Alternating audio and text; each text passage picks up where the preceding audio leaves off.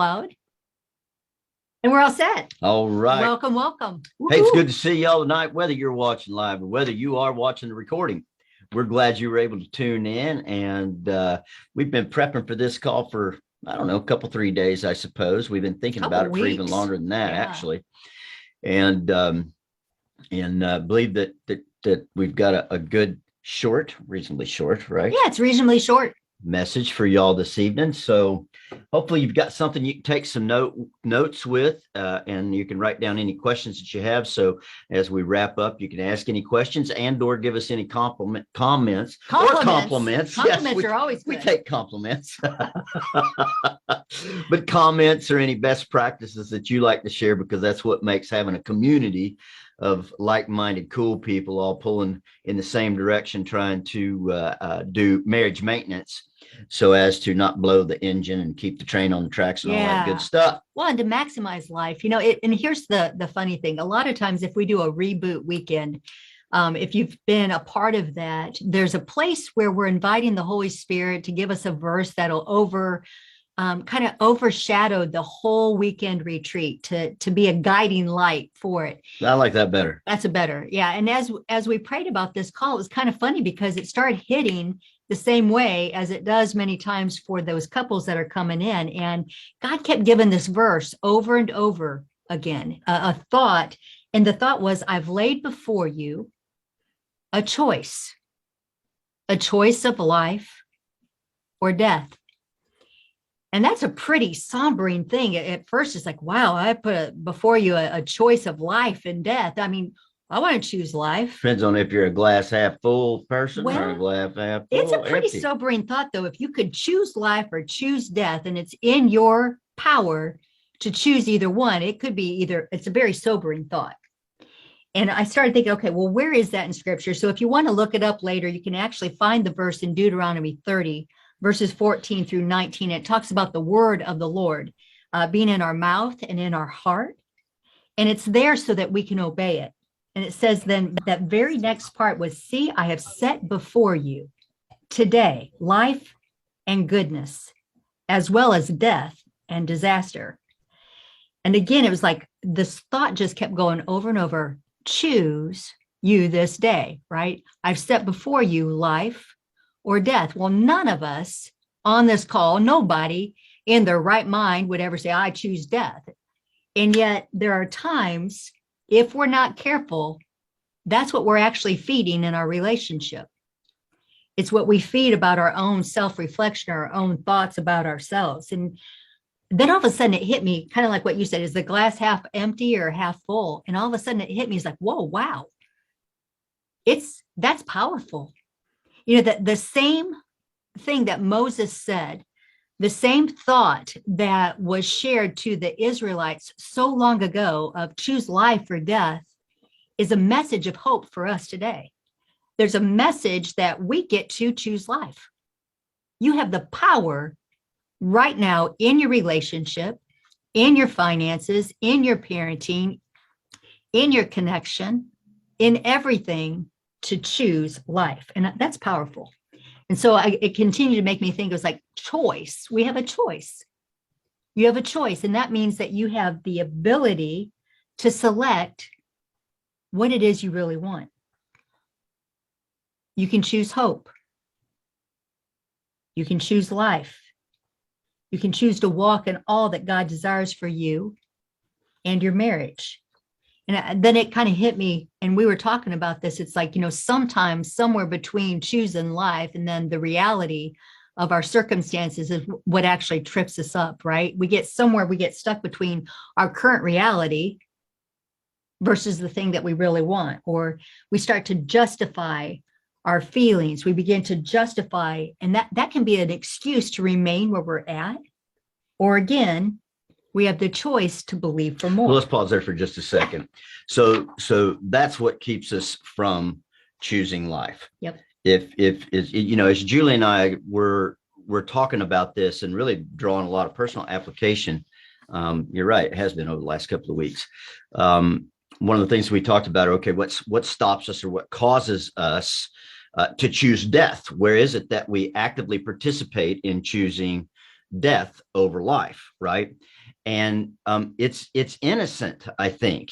And I think it's important to understand that so that we can monitor our thoughts and our behaviors in a way that they serve us better. And so for us, what we were realizing as we talked through this, what actually stops us is one, when we begin to justify why we feel crappy, as an example, and we rehearse these things in our mind. And then sometimes we rehearse them out loud, which means then it spills out on all the people around us, right?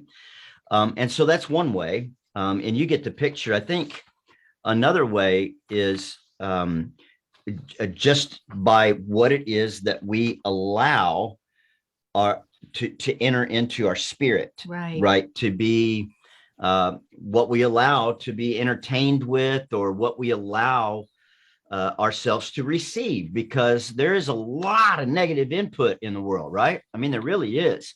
TV, social media, friends, conversations about war and politics and, religion and all kinds of things, you know what I mean, that trip us up. And so I think that we have to begin to recognize that there is a war in our own mind for life or death all the time. And we unwittingly literally choose death sometimes by validating the negative things and the negative emotions in our life. Now, does that mean that we necessarily, ignore them and act like it's not there? I think in some cases, actually, yes. I don't mean stick your head in the sand, but I think that there is a good what am I trying to say? Like, guard your mind and guard your heart, and then pay attention to what it is that you're thinking and the thoughts that you're rehearsing in your mind all the time to validate how or why you're feeling the way that you are. Fair enough? That's so good. Yeah. So it's really taking inventory of your thought life. That's and we're gonna give you how to choose life. But before we do that, I want to give you a word of encouragement. God has an intent.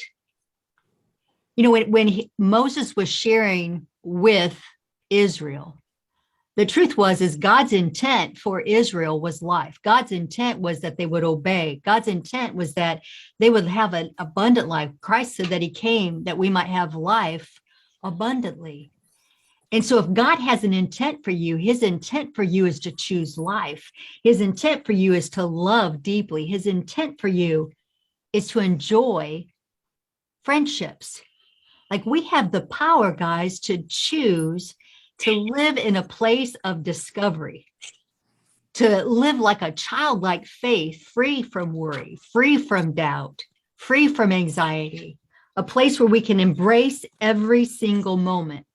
And part of that means, like, God's desire for us is that we forgive freely, that bitterness doesn't take root. Right? That's why we meditate upon the word of the Lord. That's why we take every thought captive to the cross. It's more than just a bunch of words on a page in a Bible. It's life. And when we choose to participate, when we keep the word of God close to our hearts and our minds, and we begin to make that our intent and our choice, and we choose to operate opposite of our feelings, when we choose to operate different than justifying why we have the right to feel the way that we feel, we actually participate with the Holy Spirit in choosing that life. And so I just thought that that was a cool thought, that, man, God's intent is that we live life abundantly. So then the question actually that we're going to unpack tonight, and the whole purpose of this call, is, what does that look like practically? I think we all understand, okay, we got a choice of life and death. All of us want to choose life. Sometimes we stub our toe and we get stuck in stinking thinking. We justify why we feel the way we feel, or why our circumstances are. So how do you actually choose life? You want to take it away, or you want me to take Whip it away? on us, woman. All right. First, we're going to give you 5 ways. Are you ready? If you're taking notes, 5 ways that you can participate and choose life. And the very first one is not going to probably be a surprise, but man, it's a discipline. And that is to slow down. Slow down and make room for margin. So you guys have heard us talk about this before if you've been on any of our calls, because what we recognize in our own life and what we recognize in many of your all's life and or many other folks that we may be coaching or just friends and family members is that it's legit. Like, it is a common theme, and many of us want to slow down. We just don't have any idea how, really, you know. And so when we say slow down and make room for margin, one of the things that we have in our reboot process that we do with couples one-on-one, and then our coaches do with couples one-on-one, and that Julie and I do frequently, much more frequently than what we ever have in the past. And it's a great practice, is we literally stop every now and then and go, what is it that we need to stop doing? I guarantee you, every single face that I see on this screen right now has commitments that are unnecessary and are probably even, I'm not going to say not productive, but that certainly would not be classified as maximizing your productivity. See, remember, good's the enemy of great. Everybody knows that good's the enemy of great with our mind, but living that out practically means that we change, and we have to understand what is great, first of all, and then anything that is not leading us or moving us toward that is good or lesser than, right? You know?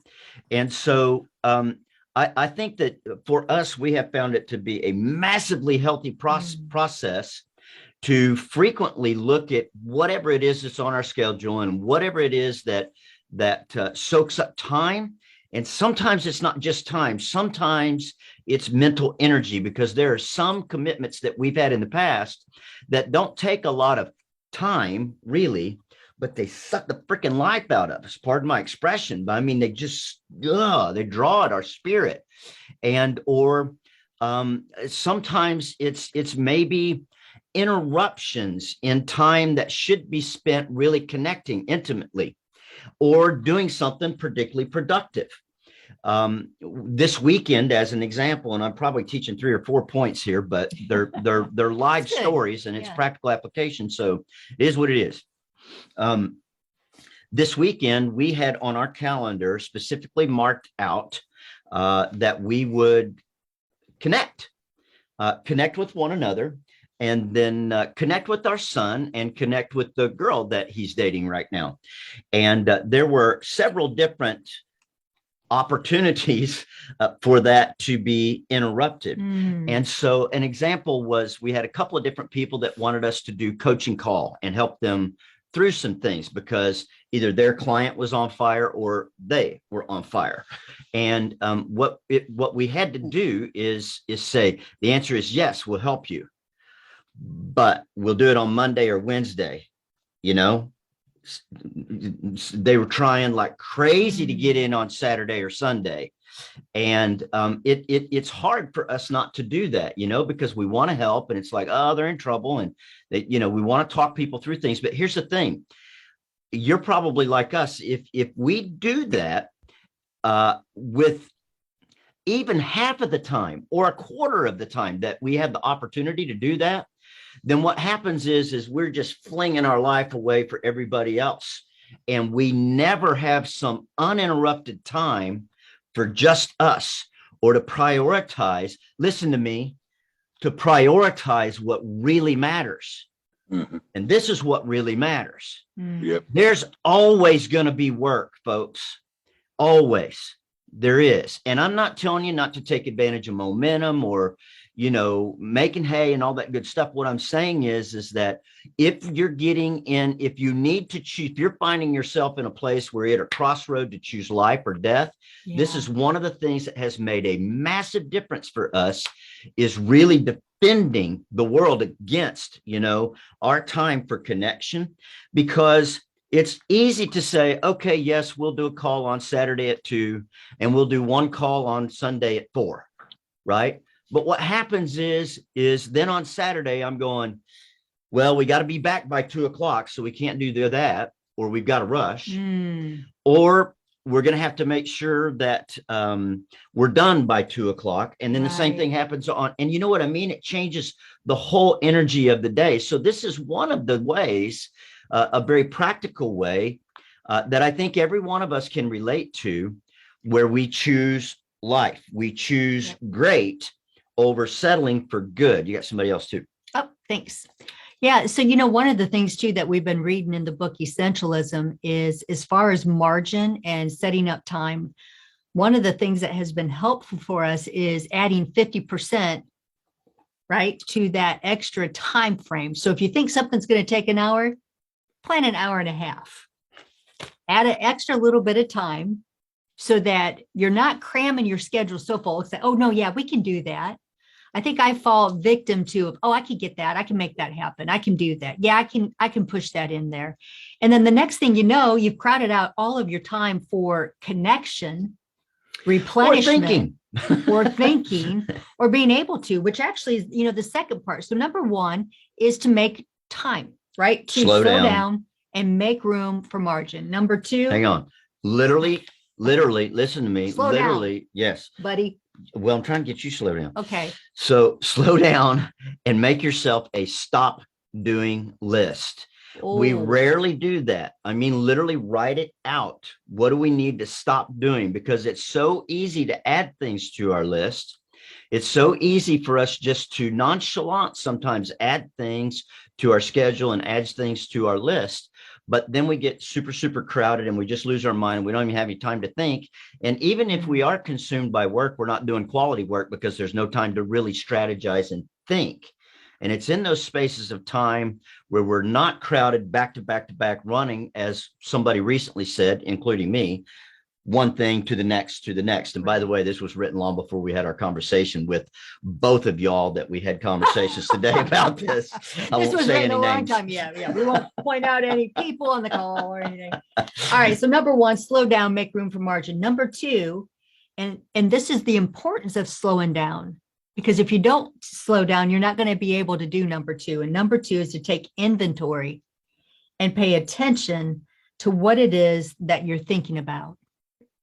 What is it that you're actually glorifying? What are you meditating upon? And man, for us, it is so vital to pay attention to the messages that are going on inside of our head in any given day. So you want to choose life, start paying attention to what it is you're thinking about.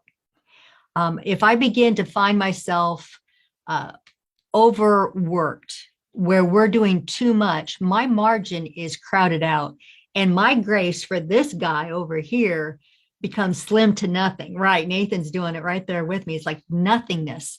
And so by carving out that place for margin, it also gives me the ability to go, wait a minute, slow down here. And I'm actually better able to capture, what am I thinking about? Am I really seeing the best, believing the best, and speaking the best over my kids, over my husband? Or here's one for you.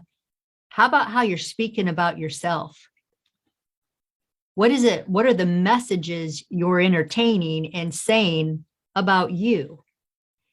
And so much of choosing life for being a life giver, you have to first receive the life.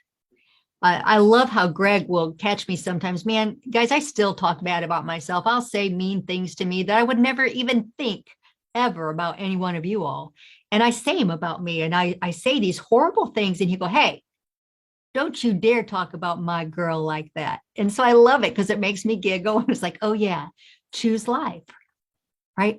But it begins with those thoughts of what it is that we're entertaining. It says, out of the overflow of the heart, the mouth speaks. And so somewhere between the head and the heart, there are messages that we entertain that if we're not careful, if we're not taking inventory, we get really haphazard. And that's what causes us not to partner and choose in life. What would you add, babe? Anything? Well, I think I'll take the opportunity to talk about it right here. So today, let me use today as an example. The day was just a little bit disjointed for me. I got a lot done, had several coaching calls today, had calls with some of you, in fact, and some others that weren't able to be on here. And I was just handling a lot of different things. And at some point, at mid-afternoon or so, I started feeling this sense of overwhelm, like I like to say just kind of disorganized in my spirit. You know, can't really put my finger on anything in particular that's wrong, but I was just feeling a little bit anxious, and I caught myself. And that's the thing that I want to bring about for y'all is to, like Julie said, take an inventory of our thoughts, like catch yourself thinking. I caught myself being overwhelmed and beginning to feel just, very disjointed in my thoughts and in my process of what's next. And so I literally did exactly step one. Number one, I slowed down. I'm like, wait a minute. Why am I feeling overwhelmed? I really don't have a reason to be overwhelmed. I got a lot to do, but I got time to do it, So what's the one thing that I need to be focused on right now? Somebody needs to write that one down, because you are like me and you get 15 things buzzing around in your head, which really may be only 3, but it feels like 15. And then it gets chaotic in your mind, and you don't know yourself well enough to be able to stop yourself and slow your roll. Right. And so what happens is when I get that way, though, it spills over into my other relationships, because when I'm anxious or she's anxious, then, there must be a reason to be anxious. Right. So I just caught myself and I slowed down. And then secondly, again, I took inventory of my thoughts and was like, okay, what's really going on? And then I chose one thing to be focused on. And I really literally had that before it got out of hand. I chose life today, and I chose to slow things down, take inventory of my thoughts, and then focus on one thing at a time. And it was that simple. It literally was that simple. I chose not to be overwhelmed. And I know that it sounds oversimplistic, but you'd be amazed that if you take inventory of your thoughts and you get in the habit of taking inventory of your thoughts, that you can begin to get a hold of yourself. So the thing that I'm trying to say, I guess the final piece there is know yourself. If y'all been around for a minute, you've heard me talk about, sometimes I'll just look at Julie and be like, yo, I'm off my square today, so don't jack with me. And if I'm a little weird or a little snappy or something like that, it's just because I am off my square. It's not you, it's me. And I don't know why I'm off my square. I'm just feeling funky. Okay. But the cool thing is that years ago, I didn't know myself and didn't have enough self-awareness to give any validity to that. Now, I'm not saying that because I want to stay there at all. I'm not trying to validate staying there. Right. In fact, it usually helps if I express it and just say, a little off my square. I don't know for sure what the scoop is or why, but send a prayer up for me and give me a little grace here this morning, maybe a little space. Right. Right. And it ends up, working for me. So if you know that you're off your square, some people deal with seasonal depression. I was one of those until I moved to South Florida. No more seasonal depression. Everybody should move to Southern Florida. Just saying. Maybe so. Not everybody, but y'all can. You all can. But anyway, so know things about yourself, though. Know and know that when you're in those places where you are off your square and maybe you are dealing with something that's out of the ordinary, obscure, or whatever in your emotions, know yourself. If you're really tired, stressed out, know yourself well enough not to shrink everything down. Everything you're freaking out about or worried about is probably about 1/8 of the size that you're making it in your mind, because you're in an emotional state. So just say to yourself, self, it's not as big as it feels like it is. It's not even as real as it feels like it is right now. It's so empowering when we do that. There's more that I could say, but I'll pass it back to you, sweetie. Yeah. So slow down, make room for margin, take inventory, and pay attention to what it is that you're actually thinking about. Number 3, decide what's important.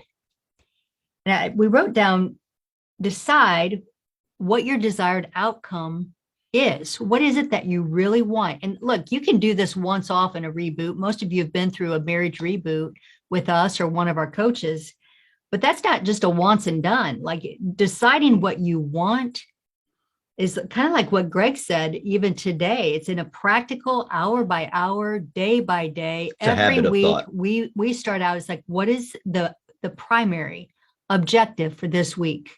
What is the desired outcome? There are times when maybe I'm off my square or Greg's off his square, and the feeling might be to let one another have it or to be in the mully grubs. But instead, if you stop and you're taking inventory of your thought, you're understanding who you are, why maybe you're even feeling why you're feeling, but then pivot. What do you really want? Do you want to let your partner have it? How's that working for you? Right? Do you want to play into the mully grubs and just keep on feeding that? How's that working for you? Right? So I find myself sometimes where I start getting in a negative mindset or my margins getting crowded. And then I realize what we started out with tonight, and that is I got a choice. Give me a specific. I can keep doing what I'm doing. I can keep moving towards this, or I can stop and I can choose life. So, for example, many of you know I am now in my, what I'm just going to say, 52.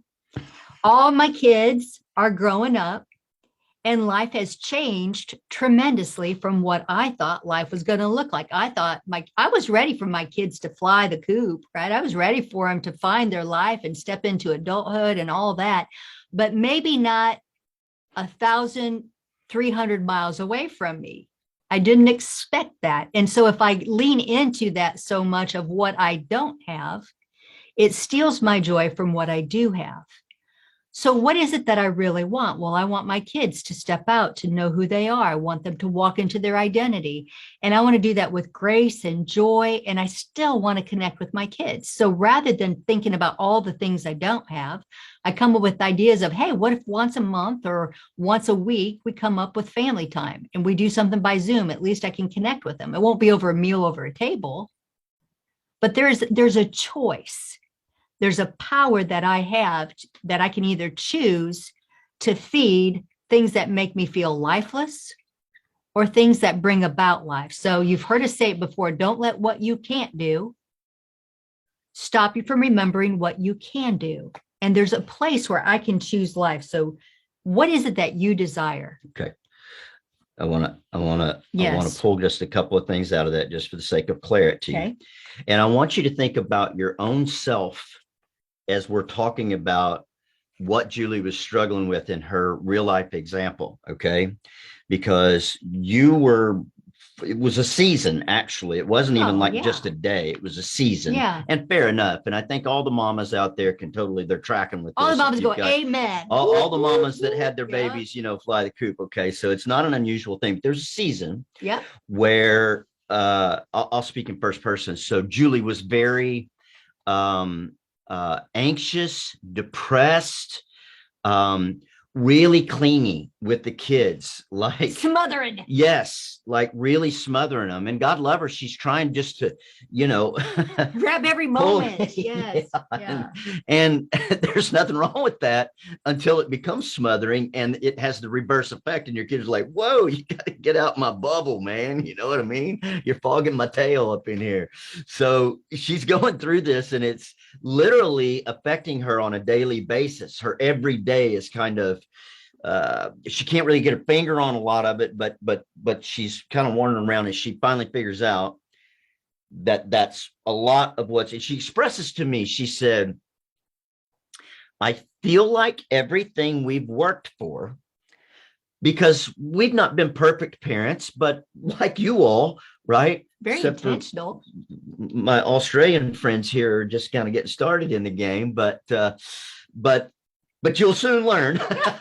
You're going to put your best foot forward and try really hard to be a great parent, right? We're going to be intentional. And Julie and I have had lots of conversations, very intentional conversations about how we respond, how we react, what the rules are, what they aren't, whether they're practical, enforceable or not, whether realistic, and even just how to live in front of our kids and such. And so she was saying that she felt like everything we've worked for all these years was just erased and it meant nothing. because to her, it felt like because they were all moving away and they weren't going to be like down the street in West Palm or here in Hobe Sound or, maybe in Stewart or something like that, that all was lost.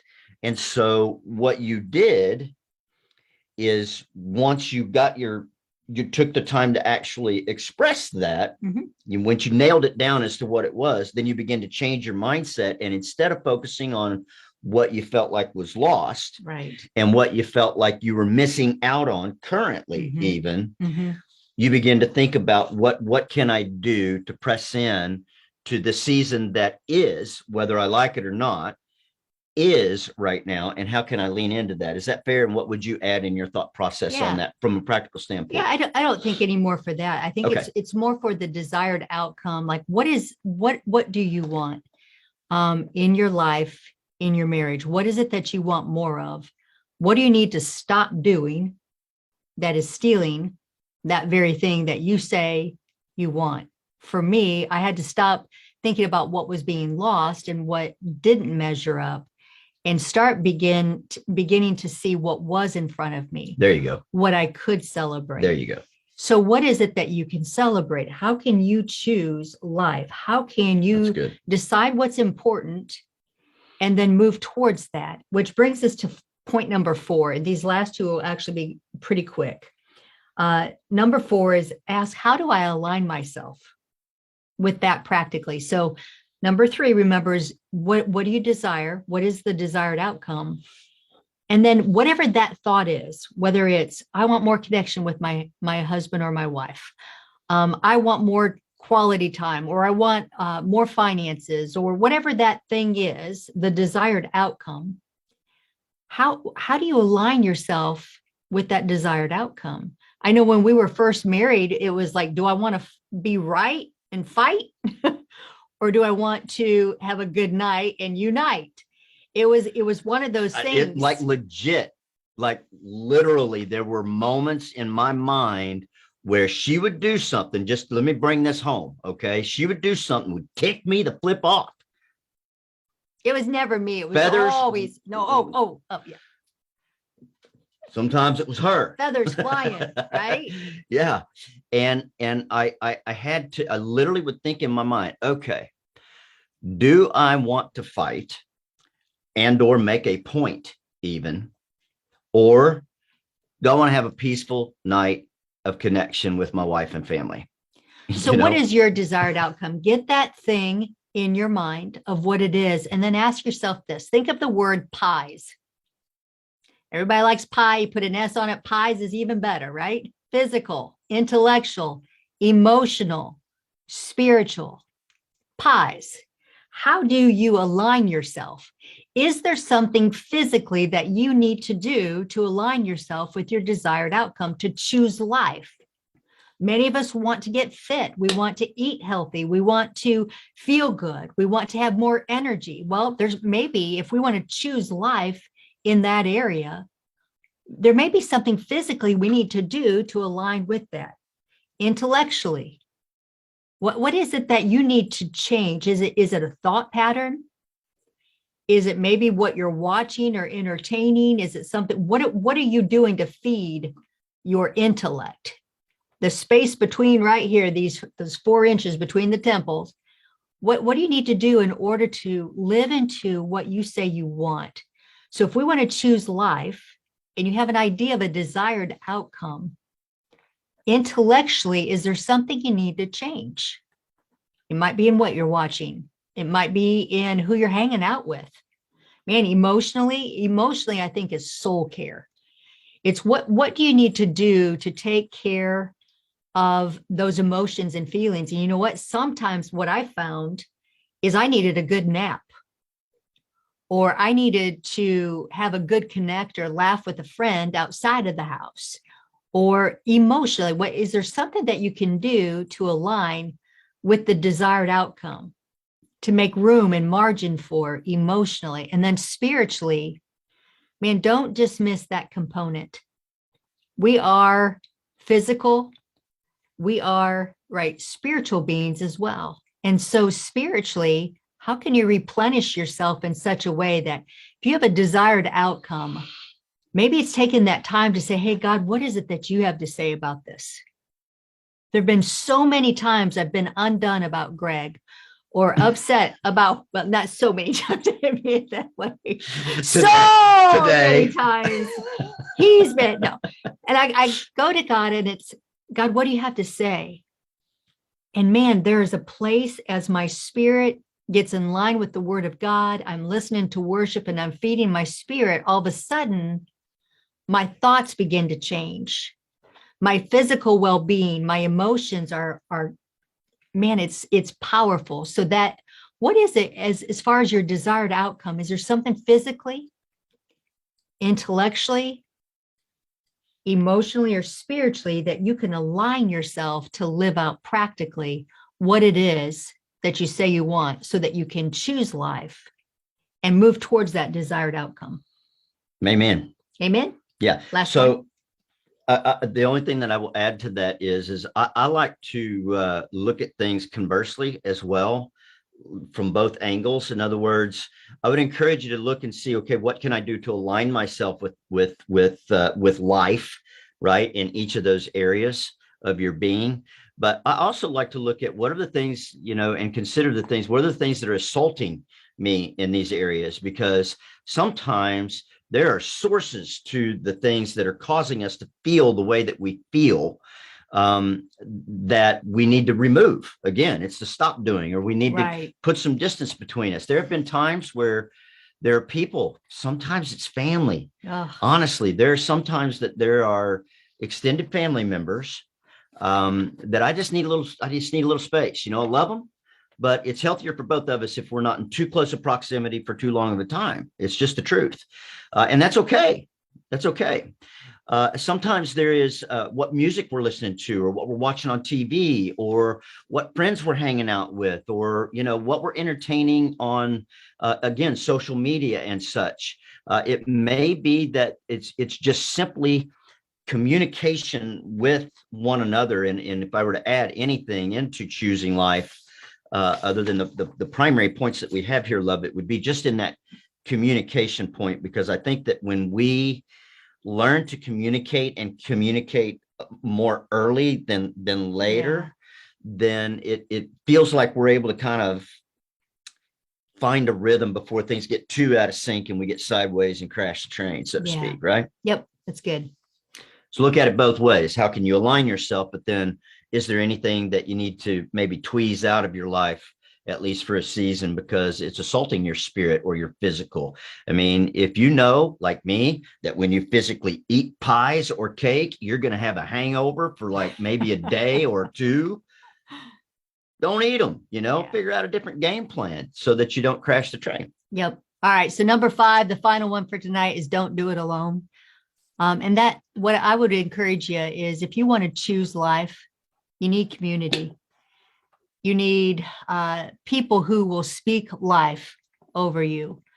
So who are some life givers that you can surround yourself with? Being here tonight, man, we love that you're here. Love to be able to be a part of your life. We always grow so much by these calls, by the things that you guys share after we're done teaching. So part of choosing life is by choosing who it is you're going to hang with. And I just don't think we can do that too haphazardly. Really choosing who we want to surround ourselves with. John Maxwell always talks about, and I know a lot of leaders have, like, you are the sum of the 5 people you hang out with. So take inventory. Mm-hmm. Who are you doing life with? Are there some people on that list that you can be an influence on, but man, maybe you need to take a couple steps back because they just are not those life-giving people. It's easy to discount that one, as adults. But when you think about it as it applies to your kids, it's pretty easy to see, like, why do you care so much with who they were hanging out with as they were growing up? Nathan and Willow have young kids right now in their house. And so as they begin to enter into school, they'll be coaching their kids, you can bet on, you know, who they want them to be maybe hanging out with, and who they want to align themselves with. So, you know, outside of that, I think it was made a lot of great points tonight, sweetheart, and I appreciate you bringing those.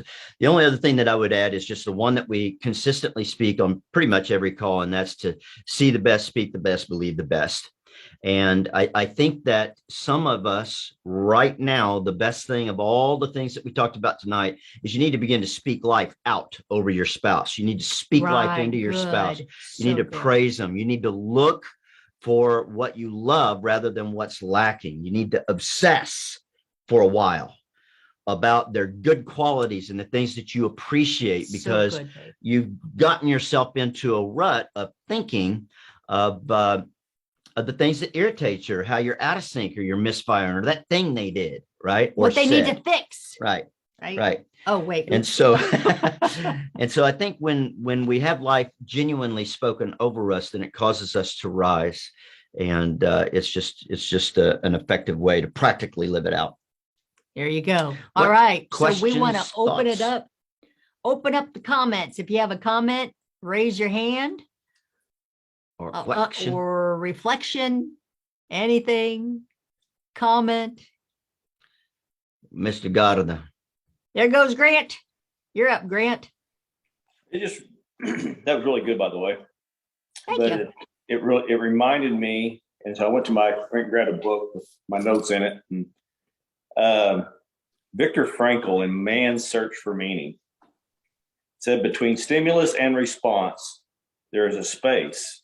And in that space is our power to choose our response.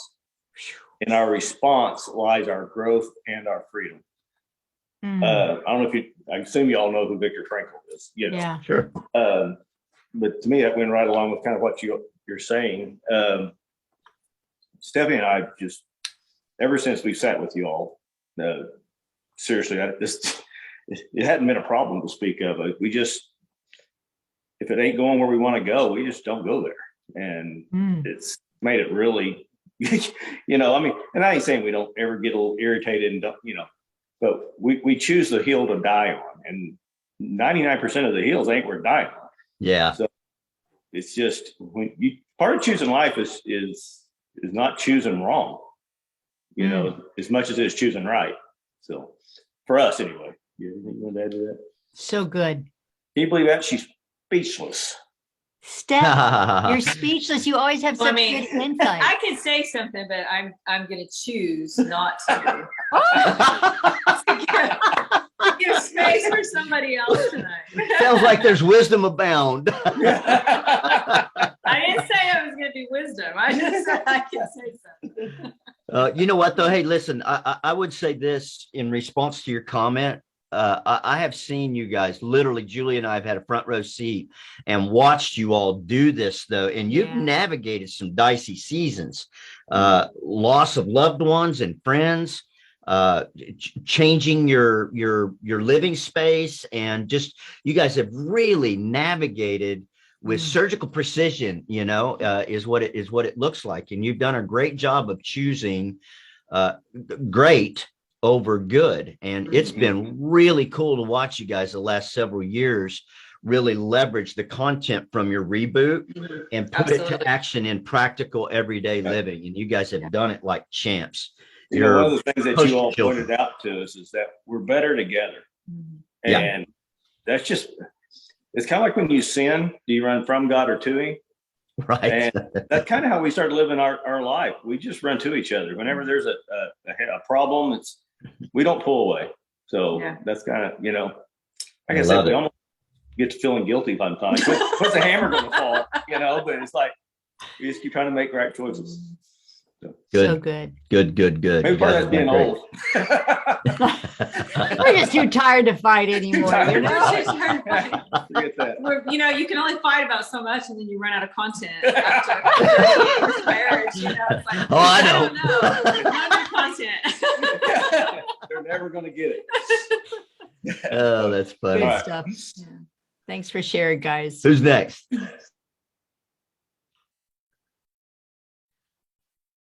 Any thoughts? Nathan, Willow? Nathan's got, there we go. I saw him unmute was trying to himself. figure out how to raise my hand. I was like, God, just push the unmute button. Just push unmute button. Yep. So it's just us. Yeah. Well, so you guys said a number of different things. I was telling Willow I really like the subtraction versus adding, because it's so easy to add things in our life. I mean, even with kids and like, oh, school and activities and like we've just found ourselves that we just need to reduce. Yeah. That was a big thing. But then I was going back, I was reading one of the comments that I put in that kind of reminded me that in order to choose life, we have to we can't just choose emotionally what it is that we want to see from the other person. Like I find throughout our day, like something can set me off emotionally, and then all of a sudden I've bought in emotionally to what my day is going to be like and how it's going to be. And then I justify it with logic and I justify it with reason. Well, she did this and she did that, and the kids said that, and the kids didn't do this. And I just pile on all these reasons for why I'm justifying how I feel versus deciding what exactly it is that I want for the day. And you guys say it all the time, and we even say it now, you get what you fight for, you get what you're seeing. And so I think that really, it just took a different shift for me tonight as I was listening to you guys talk about that. I'll tell you what, dude, you reminded me of something years ago. This has been, I don't know, maybe 12, 13 years ago, 14, 15, could have been 15. I don't know. It's been a minute.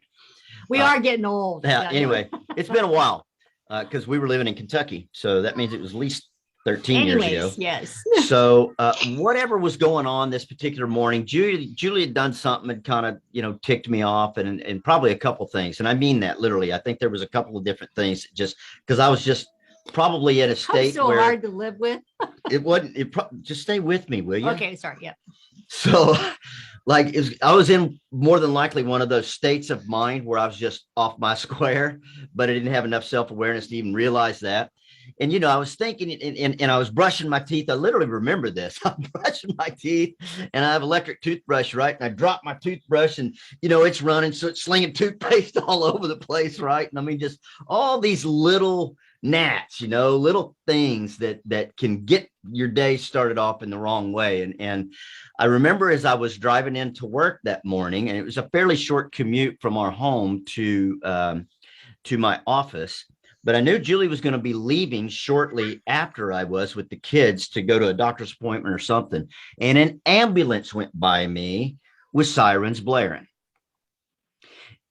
Sometimes it doesn't take much for us to gain perspective, because in a moment I was like, oh crap, instead of counting all the reasons why I was irritated and Julie or the kids had, ticked me off or whatever that morning, it was like, oh crap, I hope they're okay. So I'm dialing to call Julie to make sure, and they were, of course, but it just was like a surreal moment for me. And I remember it was like still 2 miles from work. And those last 2 miles, my whole energy shifted, just like you're talking about with perspective, Nathan. And it was like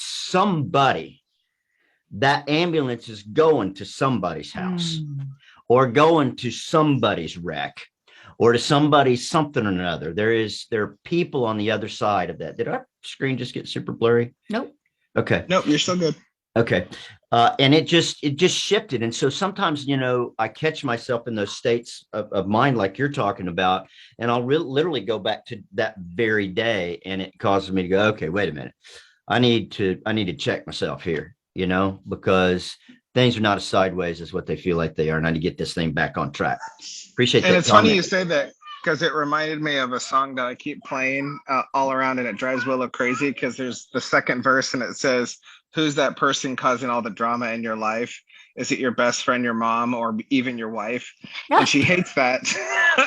But if you continue to listen, it says, think about if that person were gone, and then pick up the phone and call them and tell them that you love them. Essentially is what it is. Yeah. It's like, oh man, that's exactly what it is. And sometimes the people that you're closest to, that you love the most, are the ones that drive you to sanity. Of course, because they have more proximity and more permission in our lives. We stand to gain or lose more based on those relationships. So I think it's a great point. By the way, who wrote that song or who sings it? Is that Dr. Seuss or something? Sounds a little Seussy. I don't. I'll send it to you because I can't even remember. All good.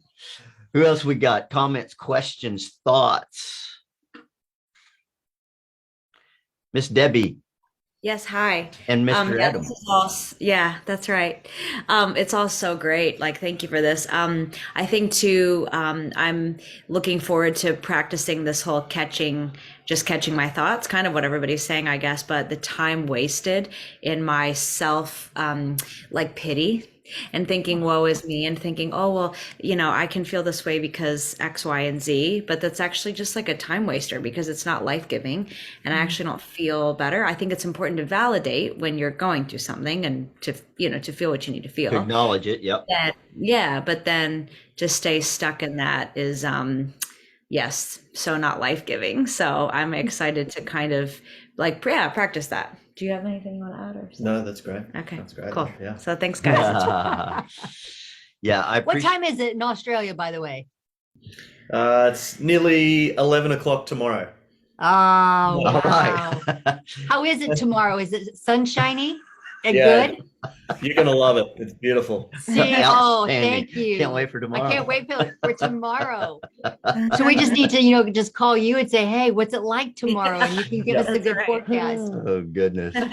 Deb, I appreciate your comment, though. Again, I think that of all of the things that we talked about this evening, it may be the one that I have to utilize practically the most is really paying attention to the thoughts that are going through my mind. And the justification I thought you brought out and reiterated another a really important piece is it's not acknowledging how our state of mind, right, or our thoughts or what's going on, our reality doesn't mean that it gives us permission to stay there. Yeah. It's not permission to stay there. It's an acknowledgement so that we can sort of articulate and then reckon with it and make a different choice and focus on what we can control. And incidentally, that is another huge thing, I think, when it comes to choosing life. We talk to our kids a lot about this. If you are spending, or I am spending a lot of time or any time thinking about things, worrying about things, fretting about things, complaining about things, et cetera, that you cannot do anything about or will not do anything about, then why are you spending any time on it? Right. Talk about wasted time. And we all do it from time to time. We get frustrated with some decision the president made and go on about it, right? No matter which side of that line you're on. And I think it's it's okay to kind of acknowledge things from time to time, but to stay there. And I know people that'll get themselves worked into a froth, and it's like, okay, so what are we going to do about it? Yeah. Storm the castle? I mean, really, what? Because if it's nothing, then let's please move on and not waste any more time. I want to add something too that you said, babe, and that is as far as speaking life over your spouse or over your kids, or maybe it's that extended family member that is so frustrating. And Ralph Waldo Emerson said this. He said, treat a man as he is, and he will remain as he is. Treat a man as he So good. could be, and he will become what he should be. And I know that there have been times where Greg has absolutely changed my day by him speaking life over me, of drawing out and reminding me of who it is that I really am. There have been times with our kids, it's like, that's not who you are. You're so much more than that. And we remind them of the truth of their future. I remember we were watching in church too. This is a little bit of an aside, but kind of goes along with it. It's like remembering the end game, remembering who it is, seeing your spouse through God's eyes and who they are, and calling that out. And then the other part of it is, as believers, especially, we know the end of the game. And our pastor was saying that he had purposely not listened to this score. This is a couple years back, about who won the Super Bowl.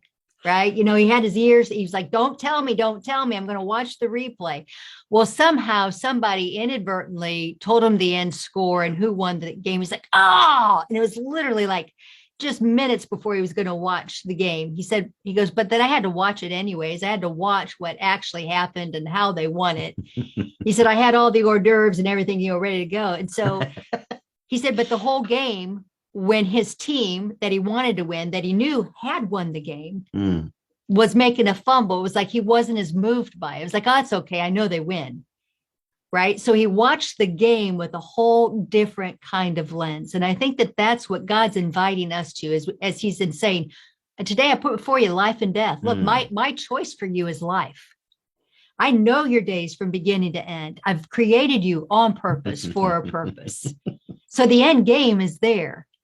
It's just the process to getting there of whether we're going to embrace that process in a place of discovery and joy and peace, or whether we're going to be fretting if the team fumbles the ball, right? You get the analogy. So I think that was worth the price of admission woo, right there. all Liliana. right. So all of that to say, we gave you a few points as far as choosing life. Now it's the opportunity to live that out. So what one thing will you do this week to better prepare yourself, whether it's physically, intellectually, emotionally, spiritually, to choose life? I want to give everybody one more opportunity because I thought I saw a couple of people Oh, that looked like We're maybe going to they say were something. so I'm gonna make sure. Going once. Don't be shy. Going twice. Okay. Okay, there you go. That's it. Hey, we're going to be having a short meeting after this, so I'm going to stop the recording. Thanks for joining us.